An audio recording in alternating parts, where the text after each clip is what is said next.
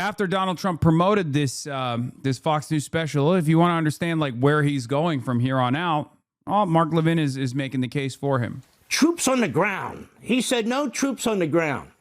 I don't remember that in any campaign speech either. But why would we need troops on the ground? Well, there's a lot of reasons, and we wouldn't need 300,000 of them. It's this uranium, too.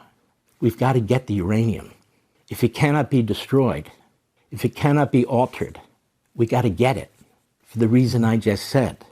You can make dirty bombs, and over time you can still make sophisticated missiles. So you need to get to the uranium. That's why I'm reading in the paper, we're talking about the 82nd Airborne, we're talking about these various special forces and the various military services and so forth. He's not talking about sending regular army and infantry in by the hundreds of thousands. The men he's talking about, the units he's talking about, they are specialized. And you know what else? I remember from my days in the Reagan administration. Many of them are trained for a moment like this to try and secure enriched uranium. Yeah, they're not. Okay, this is an unbelievably complex, if not outright impossible mission to conduct. Okay, troops flying over contested Iranian airspace to get to Isfahan is already impossible to begin with. But then also on top of that, you're talking about transporting a fuck ton of enriched uranium. Okay, how are you going to do that?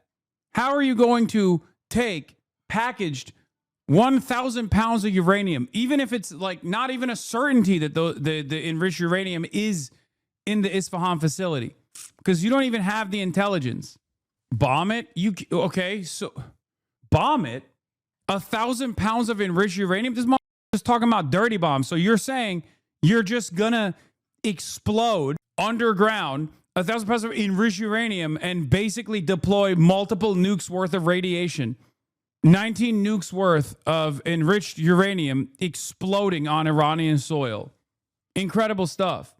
That is a very sophisticated operation that is virtually impossible to conduct, even if America had a runway, established bases that were free of Iranian rocket fire. Okay? Like a launching pad. To do that with no air superiority whatsoever, as you are signaling that you're going to do that a week ahead of time, it's unbelievably stupid. It's not going to happen. I just don't even think it's going to happen. I don't even think they can find the uranium. I know. How are they going to find the tunnel systems? Like, let's say, what are they going to do? Dig it out from the rubble? Like, there's no guarantee that this facility already still contains the enriched uranium. This is from the Bulletin of Atomic Scientists. Announces Iran likely transferred highly enriched uranium to Isfahan before the June strikes. Satellite imagery shows that Iran could have transferred to Isfahan up to 540 kilograms, possibly all of its highly enriched uranium inventory before the June strikes last year. 10 days of enriched uranium enrichment to weapons grade, long enough. There's no guarantee that it's there. And on top of that, it's virtually an impossible mission. And on top of that, once again, highly, highly difficult to, like, you need to, it's not just like Navy SEALs that you can send on this operation. It's a trap. They're going to die there. But also, you have to have like specialists along for the journey, because a bunch of Navy SEALs have no idea how to handle enriched uranium. A former CENTCOM commander talks about this. What boots on the ground in Iran could entail, according to a former CENTCOM commander. None of this makes sense. Yeah, once you're dropped there, you're on a timeline. You're setting yourself up for a ambush. He later brought on Thiessen to paint Iran with the same brush as Al-Qaeda. Mark Thiessen, in the Mark Levin interview, Trump urged all his followers to watch, makes the case for troops on the ground in Iran. We have to get what Donald Trump correctly calls the nuclear dust.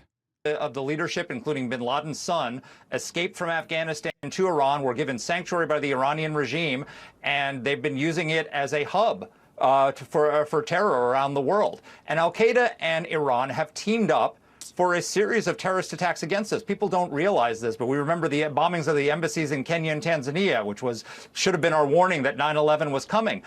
That was planned, and the terrorists were trained by Iran for doing that, because Al-Qaeda didn't know how to bring down buildings, so they turned to Iran in order to get the training to do that. So the idea that Iran, which is Shia, and Al-Qaeda, which is Sunni, would cooperate is not beyond measure. In fact, I mean, you know, Hamas is Sunni also. Iran. Bro, comparing Al Qaeda to Hamas is so funny. I'm sorry. Al Qaeda, Daesh, and all these other like Salafist or Wahhabist groups are antagonistic to Iran.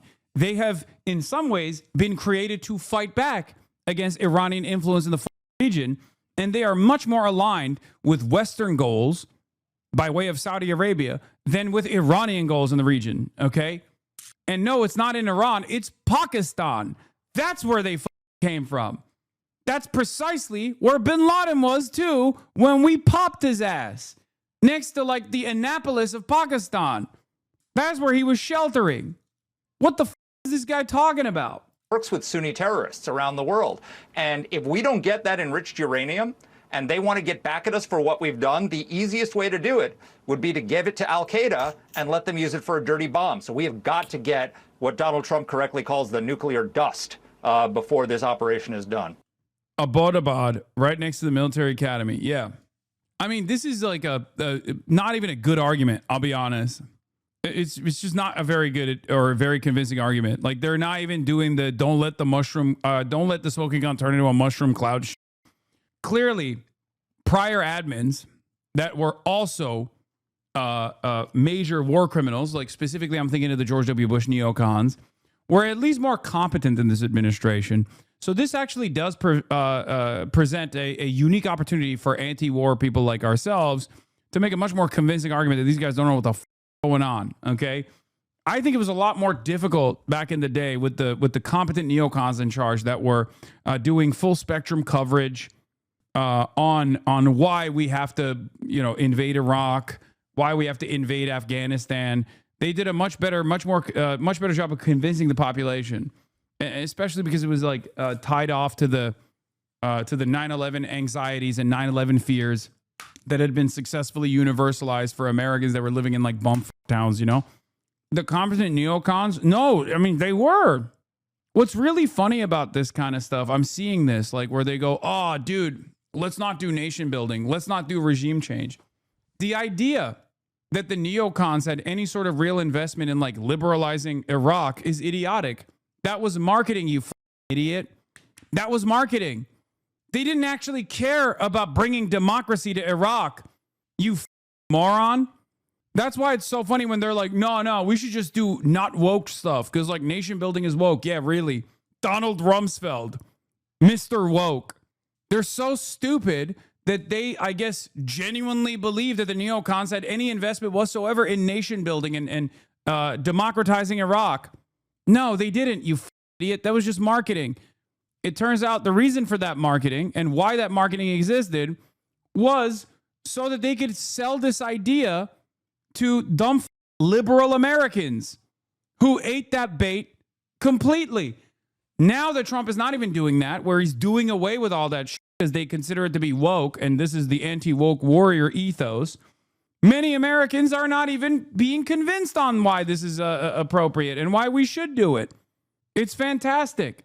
In Pakistan, talks about peace have begun with representatives of Egypt, Turkey and Saudi Arabia in attendance. But there's little sign that American and Iranian officials are planning to attend. Instead, the US is bringing in more troops with the arrival of 2,500 Marines and ships equipped for amphibious assault. Remember what I told you after day one? Where they blew up a school, blew up a facility where people were like, children were playing volleyball, which I said was most likely a quote unquote accident that they didn't give a shit enough about. But like clearly their targets were primarily like Basij and IRGC. When they realized that like the Iranian people would not actually rise up, that they would start hitting civilian targets even more aggressively. At this point, they are doing that, right? I mean, Israel very quickly started doing that. They hit the oil refineries near Tehran and engaged in chemical warfare. But when they recognized that the Iranian people were not actually going to fight back against their government in the way that like the Israeli government claimed it would happen, even though the American intelligence said that most likely wasn't going to happen if you bombed Iran.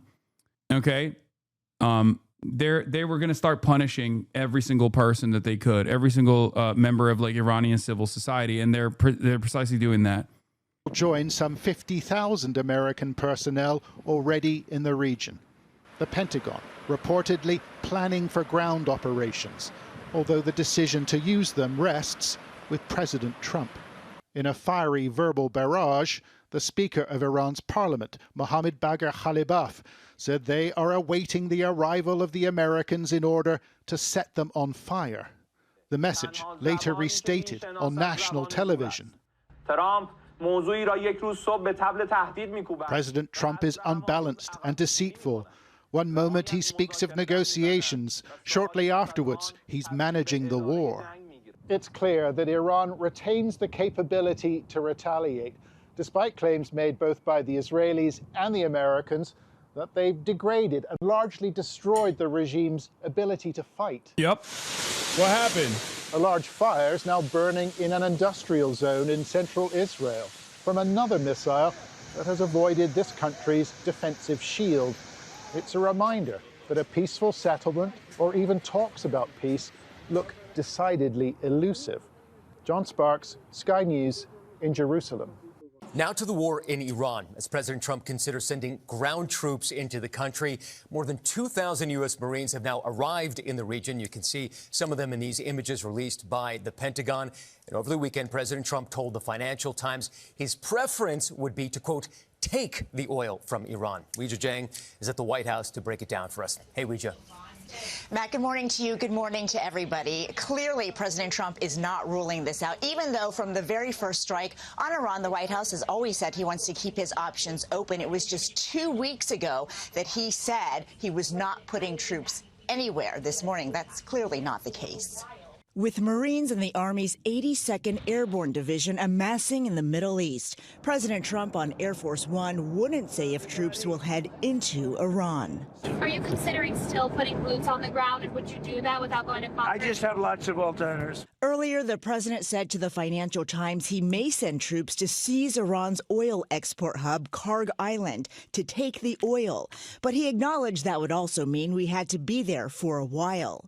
And the White House did not deny a Washington Post report that the Department of Defense is preparing for weeks of ground operations, saying it's the job of the Pentagon to make preparations. It does not mean the president has made a decision.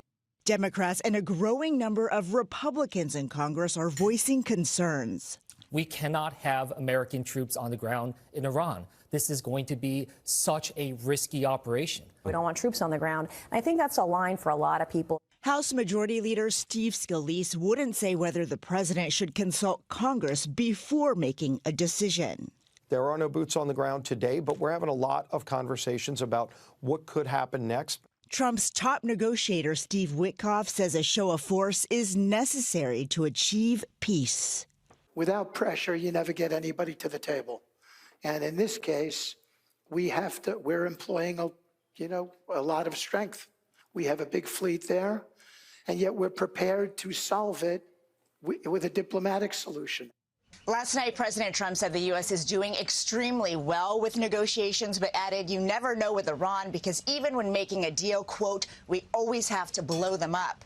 Meanwhile, the war continues to take a toll on the U.S. economy. Gas prices remain high, about $1 more than just a month ago. Matt. Thanks, Weijia. We appreciate it. ترامپ رئیس جمهور آمریکا بارها ایران را به عملیات زمینی و اشغال برخی از جزایر در خلیج فارس تهدید کرده است. ترامپ موضوعی را یک روز صبح به طبل تهدید می‌کوبد و عصر همان روز عقب نشینی می‌کند.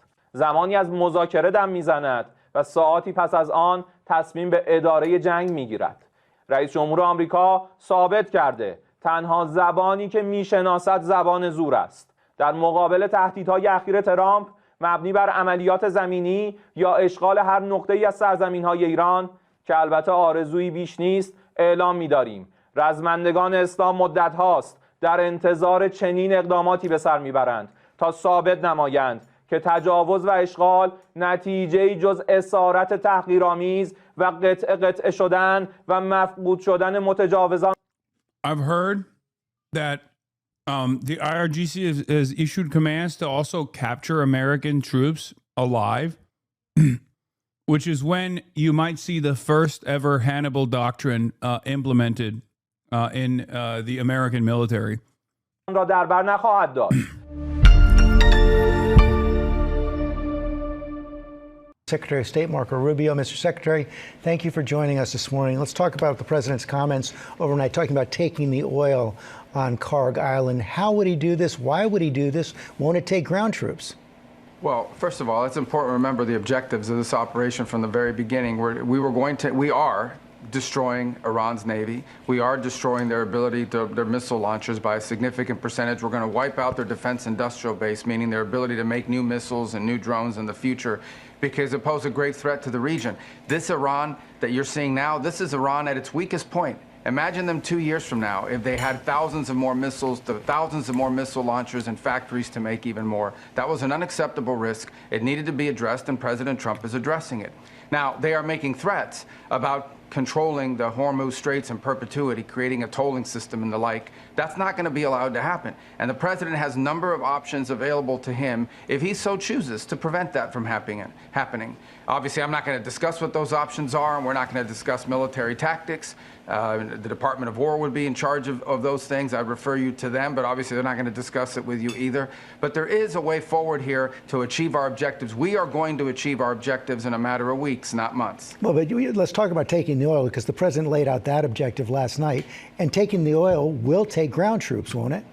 Well, again, the Iranians are threatening that they're going to set up some permanent system in the Straits of Hormuz where they get to decide who goes through international waterways. That will never be allowed to happen. By the way, the rest of the world should take note of that. They have more at stake there than we do. We get very little of our energy in this country coming through the Straits of Hormuz. The rest of the world gets a lot more. That said, the president has several options at his disposal, and the Department of War is preparing optionality. I think it's really funny that they keep repeatedly saying over and over again, yeah, I know we up the Strait of Hormuz, but like it doesn't even impact us. It's like, yeah, dumbass, everybody else understands that. First of all, it doesn't impact, it still does have an impact because it has an impact on the global oil prices. So it does impact people at the pump, as it has been. But even outside of that, you're basically telling the rest of the world, yeah, we up the Strait of Hormuz and we're not even suffering the consequences. How do you think that's going to read for a global hegemon? It's pure cope to think that like other countries are not aware that, American supply is not being disrupted in the same way that like, Thailand is, in the same way that the Philippines are. But what you're failing to consider when you say shit like this is that you're telling all your vassals around China that you have developed through soft power initiatives, a long-standing security cooperation, that you don't give a f about them. And sure, most likely the leadership that were in line with these American security cooperative agreements were aware that you don't give a fuck about them. But now you're making it undeniable to the populations. What kind of resentment do you think that will create? This is why I kept repeatedly saying, in the absence of soft power, 800 military bases turn into 800 different military invasions. And no country has the capacity to fight 800 different wars all around the world at the same time. It turns out America doesn't even have the capacity to fight against Iran and protect its regional partners. We've found out the hard way, right? Right? We're learning that lesson. Well, I guess these guys are just denying that lesson even exists, but at least like sober analysis requires you to come to terms with that lesson. And let's keep monitoring the situation. For the president, for this and various other contingencies that might arise. That's what always needs to happen in situations like this. But what I want the American people and the people watching this broadcast to know is that fundamentally what this is about is the destruction of their Air Force, which has been largely achieved, the destruction of their Navy, which has been largely achieved, the destruction of their factories that they make all these weapons with, which is we're well on our way to achieving, and a substantial reduction in the number of missile launchers that they have so that they cannot continue to threaten their neighbors in the future. All of those objectives are being met on or ahead of schedule. and should be able to achieve in a matter of weeks. As you're speaking, though, the president is expanding the objectives. Just a couple minutes ago, he put out a post on Truth Social saying that we're in discussions now with a new and more reasonable regime in Iran, but he also added that if those discussions don't yield fruit, the United States will blow up and completely obliterate all of their electric generating plants, all their oil wells, and Karg Island, and possibly all desalinization plants, which we have purposely not yet touched, is what he said. That's a great expansion of the objectives. Well, I think the first point the president makes is he prefers diplomacy. As I said, those efforts are nascent. There is messages being relayed back and forth, some conversations going on, including through intermediaries, and he always prefers that. Look, if the Iranian regime had come forward at any point in the past and said, we're going to walk away from our nuclear ambitions, we're going to do nuclear energy the way every other country in the world, primarily, almost every other country in the world does it, and that is through a peaceful means. And they did! Okay, George, come on. Please, bare minimum, basic journalistic function here. Please, please. You will be a legend. I don't know. I'm not assuming he's not going to do that. But goddamn, if he doesn't do that, he is literally the worst. Oh my God. Bring in the fuel and it's supervised and so forth. We're going to stop supporting terrorist groups across the region. Look at this region. Every single terrorist group in this region. No, you have to stop him. You have to stop him. No, you have to go. They did do that twice. And we engaged in perfidy twice. Okay? Please. Actually, as a matter of fact, not only did they do that twice, technically you could say that there was success. It was called the JCPOA. Barack Obama advanced it. Iran followed through on it. It was a multilateral commitment, including China and Russia. And Trump ruined it the first time around. Has a link to the Iranian regime. Every single one. The Houthis, Hezbollah, Hamas, the Shia militias that are attacking everyone out of Iraq. Every single one of these groups and all the destabilization in this region tracks directly back to the Iranian regime. Those things have to be addressed. And if Iran had been willing to address those in the past, we wouldn't be having this interview on this topic right now. Their refusal to do so and their continuing move towards one day acquiring a nuclear capability, these people are lunatics. They are insane. They are religious zealots who can... Nothing? We're just going to let him chirp? Never be allowed to possess a nuclear weapon because they have an apocalyptic vision. Bro, this is not journalism. You're no longer even a stenographer at that point. You're just an organ of propaganda. You're literally just like allowing him with zero pushback whatsoever. You're not even editorializing it in your own way. The future, and all of their neighbors know that, by the way, which is why all of their neighbors have been supportive of the efforts we're conducting. You call them lunatics, but the president just had this post where he says we're in discussions with a new and more reasonable regime. Let me try to pin you down on that. Who is this new and more reasonable regime? Is the United States is in? That's your takeaway? You're not even going to address what he said. Unbelievable. Unbelievable. Like, this is the type of... First of all, this is Good Morning America. It's ABC. It's not even fucking CBS. But, like, dude, this is... I mean, you're doing a disservice to your audience. Like, you are straight up doing a disservice to your audience. You're doing a disservice to the profession in general. You can't let him sling all that shit. Like, you're not gonna actually hold him to account. That would look really good for George, by the way. That's what's so crazy about it, because, like, this is beneficial for George. George cutting Marco Rubio in that moment and saying, hey, I have to stop you there. You said these guys didn't want to deal with the United States of America and denuclearization. This is actually contradicted by the information presented by numerous mediators that were involved in the denuclearization talks last time around, including a British official, including the foreign minister of Oman, who wrote a piece and actually went on NBC's Sunday shows to basically say that Iran was abiding by maximalist denuclearization arguments that America was presenting. Rubio would say they're lying because terrorists lie. Hey, notice how I didn't bring up Iran here? I said British envoys, British mediators, Omani mediators. The reason why I brought that up is because there is a way to counter this narrative. This is another one of the things that's like been endlessly frustrating for me is like the crowning accomplishment. Obama loves his legacy, right? He loves defending his legacy. That's why he brings up the ACA all the time. Obama's signature accomplishment in terms of foreign policy was both the Cuba deal and Iran, the JCPOA. He accomplished that, and that was actually a spectacular move in the right direction. And if I was in his shoes, I'd be nonstop defending that shit. I'd be like, look how much Donald Trump is things up. It doesn't make any sense. Direct contact with them. Well, I'm not going to disclose to you who those people are because it probably would get them in trouble with some other groups of people inside of Iran. Look, there's some fractures going on there internally. And at the end of the day, I think that if there are people in Iran who now, given everything that's happened, are willing to move in a different direction for their country, that would be great. Imagine in Iran that instead of spending their wealth, billions of dollars supporting terrorists or weapons, had spent that money helping the people of Iran, you'd have a much different country. So we are always hopeful that that would exist over there. It's unfortunate. The people of Iran are incredible people. The people who lead them, this clerical regime, that is the problem. And if there are new people now in charge who have a more reasonable vision of the future, that would be good news for us, for them, for the entire world. But we also have to be prepared for the possibility, maybe even the probability, that that is not the case. Well, but the president said they are. Is that the case or is it not? I'm just trying to get some clarity on that. Well, what I mean is, yeah, so you have people over there that are saying some of the right things privately. Obviously, they're not going to put it out in press releases, and what they say to you or put out there for the world doesn't necessarily reflect what they're saying in our conversations. But at the end of the day, we have to see if these people end up being the ones.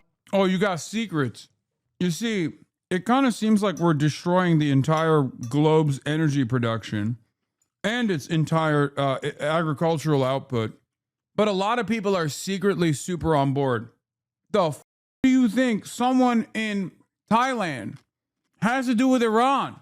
Why the would anybody in Thailand or anybody in the Philippines be like, oh, thank God, dude. Thank God you literally destroyed our entire energy exports or our entire energy imports by blowing up Iran alongside Israel. We love that. Thank you, sir. Like, American exceptionalism has obviously served the American population for a long time because it was uncontested. Like, American military might was uncontested. Now that it's being contested in spectacular display, these guys still keep running around with the same ass attitude, like the you gonna do about it attitude. They designed a new world order. They said its might is right, and now thinking that no one else was gonna come in and say, all right, bet. If might is right, if might makes right, we got might too, right? You were just on CNN. Wait, really? I highly doubt. If anything, Jake Tapper, you're going to have a segment on Jake Tapper this hour? Yeah, he's probably going to cook me. He's probably going to yell at me, which I think is going to backfire on him.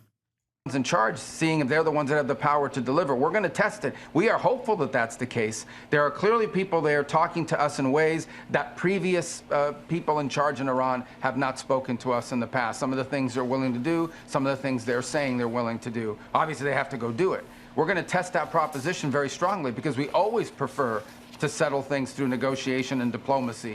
But we also have to be prepared for the fact that that effort might fail, that we are dealing with a 47-year-old regime that still has a lot of people involved in it who aren't necessarily big fans of diplomacy or peace. And if it fails, the war expands? Dude, come on, George, you're literally directly related to a Palestinian. George, the f is wrong with you, man? George! There's one party that is not invested in diplomacy. It's the American government. What the f is wrong with you? Why are you letting him get away with this lie? Up until this moment, okay? Up until these last 30 days, Iran kept leaning into diplomacy over and over and over again. And what did it get in return for that? Bombs. It got bombed. What are we talking about? The idea that Iran was not invested in diplomacy, but America is so stupid. Who's he related to? George Stephanopoulos has like what is her name? It's like sister something. I forget. She's like a very famous Palestinian woman. Tucker Carlson has interviewed her before. Sister Agapia. Yeah. Agapia Stephanopoulos. Doesn't she live in Palestine or something? Or I think it's not even his sister. I think it's his relative by marriage or something. I don't know. I don't know the full details, but like she lives in the West Bank. She's like a religious figure that lives in the West Bank. And Tucker Carlson has actually interviewed her quite a bit. Mother Agapia Stephanopoulos. Oh no, she's Greek by blood. She lives in the West Bank, or used to live in the West Bank, and now she lives in New York. What's that? I'm sorry? If it fails, the war expands? Well, the war is about this operation, okay, and that's what this is. It's about very specific objectives. The president laid them out on the first night of the operation. I'll repeat them to you now because I hear a lot of talk about we don't know what the clear objectives are. Here they are. You should write them down. Number 1, the destruction of their Air Force. Number 2, the destruction of their Navy. Number 3, the severe diminishing of their missile